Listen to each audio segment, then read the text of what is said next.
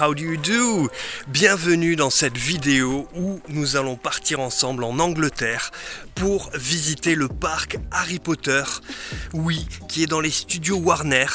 Et vous allez voir, c'est réellement magique. Et en plus, comme on est quand même sur une chaîne qui parle de jouets de collection, je vais vous amener dans des boutiques de toys tout aussi fantastiques. Allez, let's go to London! Pour se rendre au parc depuis Londres, nous avons pris une navette aux couleurs d'Harry Potter. Depuis Victoria Station, il faut environ 1h15 de trajet. Et pour le ticket, il faudra compter une centaine d'euros pour le pack billet de bus plus l'entrée. Une fois sur place, nous sommes accueillis dans le hall par un imposant dragon et des écrans géants avec les personnages principaux de la saga. Allez, c'est parti! Sur les murs, des illustrations et des croquis. Puis, la réserve sous l'escalier des Dudley, qui sert de minuscule chambre à Harry. Dans la maison de la famille d'accueil Moldu, il y a des lettres de convocation qui volent partout, et la tante Marge est gonflée à bloc. Tout y est, même les restes. Dans cette salle, on peut voir les affiches des 8 films dans différents pays, et c'est aussi une salle d'attente qui sert à gérer le flux des visiteurs. Là, la magie opère à cet instant.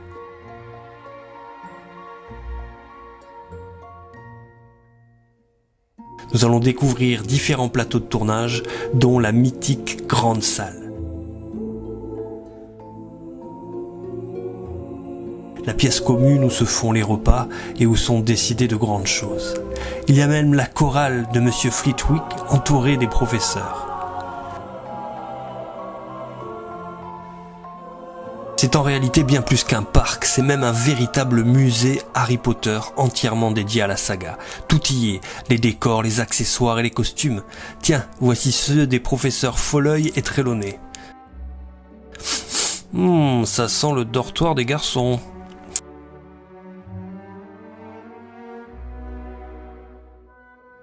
Hey, elle claque ses armures. Waouh! Ça, c'est Croque-Dur, qui garde la maison d'Hagrid. Debout! Bien. Un endroit qui m'a fait bien flipper, c'est la forêt interdite. Ok, on peut y croiser un hippogriffe, mais aussi des bébés araignées.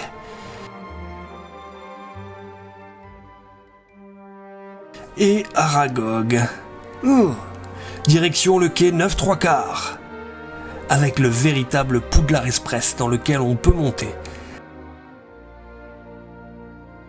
Il y a aussi des activités interactives drôlement bien fichues, mais le souvenir vous coûtera un petit billet en plus.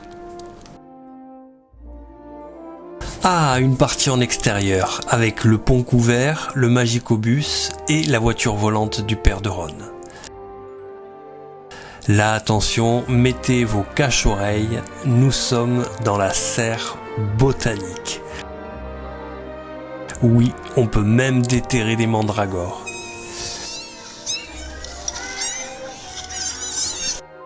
Les effets spéciaux, ça a été sûrement ma partie préférée. Les moules des masques, les gueules de monstres, les animatronics... C'était passionnant et en plus il y a des films qui nous expliquent les trucages pendant la visite.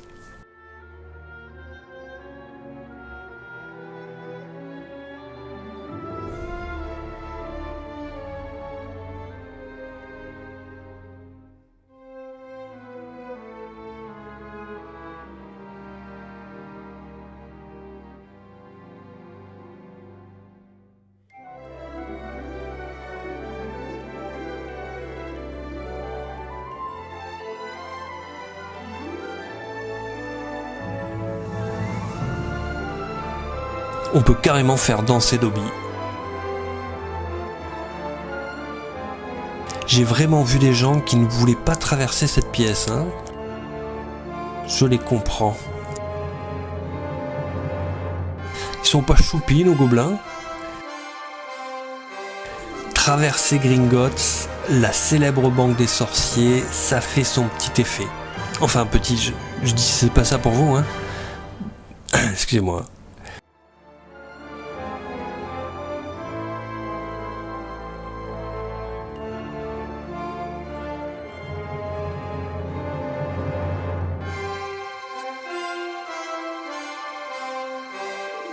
plein de moulas dans la chambre au trésor de Bellatrix Lestrange.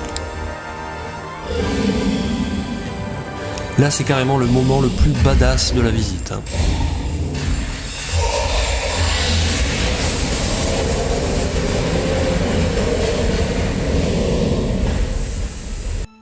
Ô émerveillement, le chemin de traverse.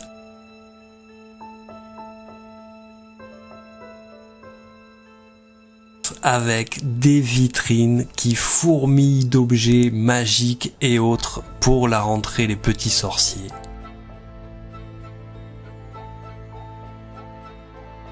Le magasin de farce et attrape, j'adore.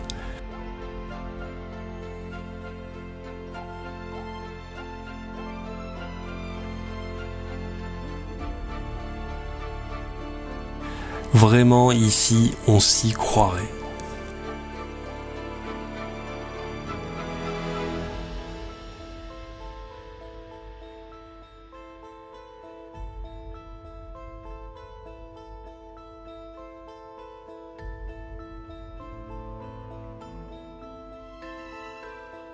On retrouve aussi pas mal de maquettes, de maisons, de lieux emblématiques, des architectures bien spécifiques, des films.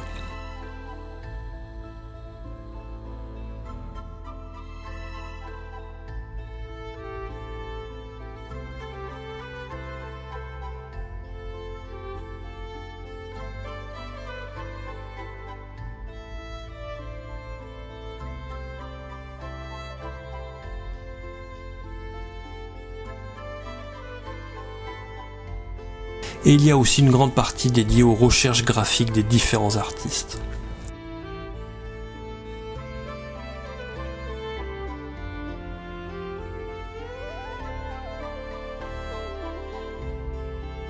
Et enfin, l'apothéose, non pas cette maquette en blanc là, mais celle-ci, qui est juste énorme. Il a fallu 6 mois pour la construire, il faut carrément faire le tour pour finir la visite. C'est un joyau.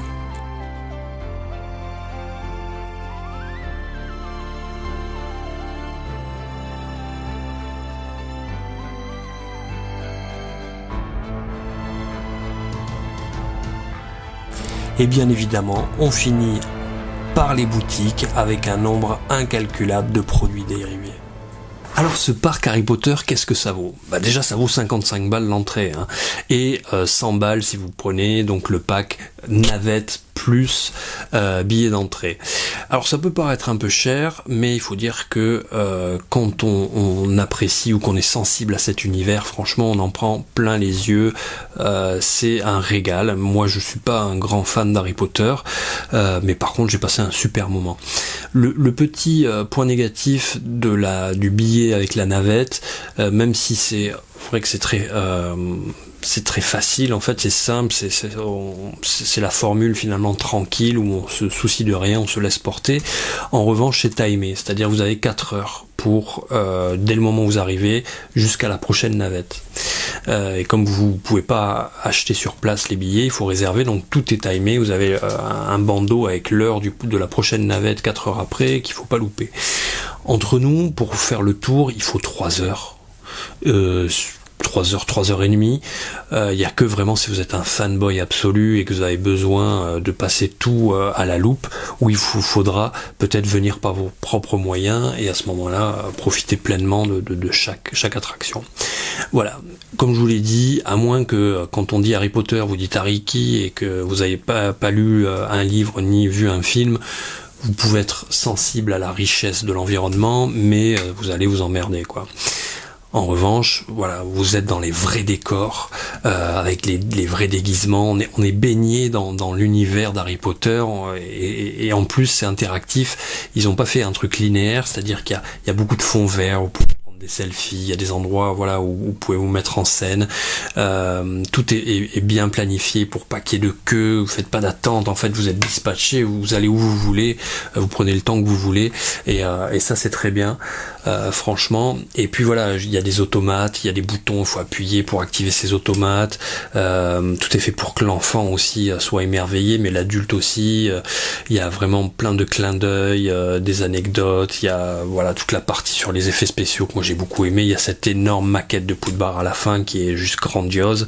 Et voilà, c'est une licence qui rapporte toujours beaucoup d'argent, et l'argent est clairement investi aussi dans ce parc. On le sent quand on arrive, et ça fait plaisir. Voilà, j'ai passé un bon moment. Et avant de passer au magasin de jouets, donc que j'ai visité et que je vais partager avec vous, un dernier conseil. Allez-y quand il fait beau. L'Angleterre, c'est toujours quand même plus sympa à la belle saison, parce que sinon on se pèle la nuit.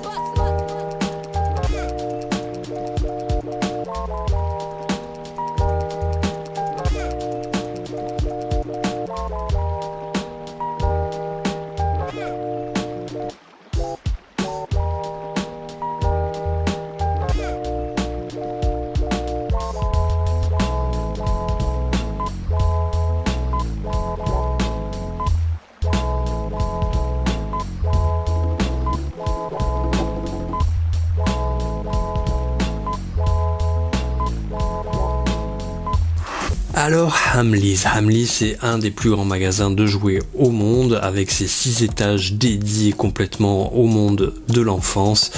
Voilà, ça reste impressionnant, c'est un beau magasin, c'est un peu comme si on avait les galeries Lafayette chez nous, où chaque étage c'était du jouet. Ça reste vraiment quelque chose à voir. Si vous allez à Londres, c'est un incontournable. On a toutes les marques qui ont quand même joué le jeu, avec des belles théâtralisations, des statues grandeur nature. On l'a vu avec Optimus, Batman, Buzz l'éclair, Playmobil, Frozen, Schleich. Toutes ces marques ont vraiment apporté une belle théâtralisation, parce que c'est un superbe magasin. En revanche, si vous êtes amateur de figurines de collection comme moi, on est clairement laissé pour compte. Il y a pas grand chose, quoi. Il y a vraiment quelques licences actuelles qui sont finalement multigénérationnelles, mais on va pas chercher dans le jouet de collection lui-même. C'est vraiment voilà ce qui se fait aujourd'hui, sans pousser très loin. Oui, il y a du maître de l'univers, oui, il y a de la Tortue Ninja, du Star Wars, du Marvel, mais ça va pas aussi loin que le magasin qu'on va voir maintenant, qui est Forbidden Planet, où là c'est vraiment le paradis du collectionneur. Mais je vous recommande tout de même Hamleys. Si vous avez des enfants, c'est le paradis pour eux. C'est vraiment un endroit incroyable.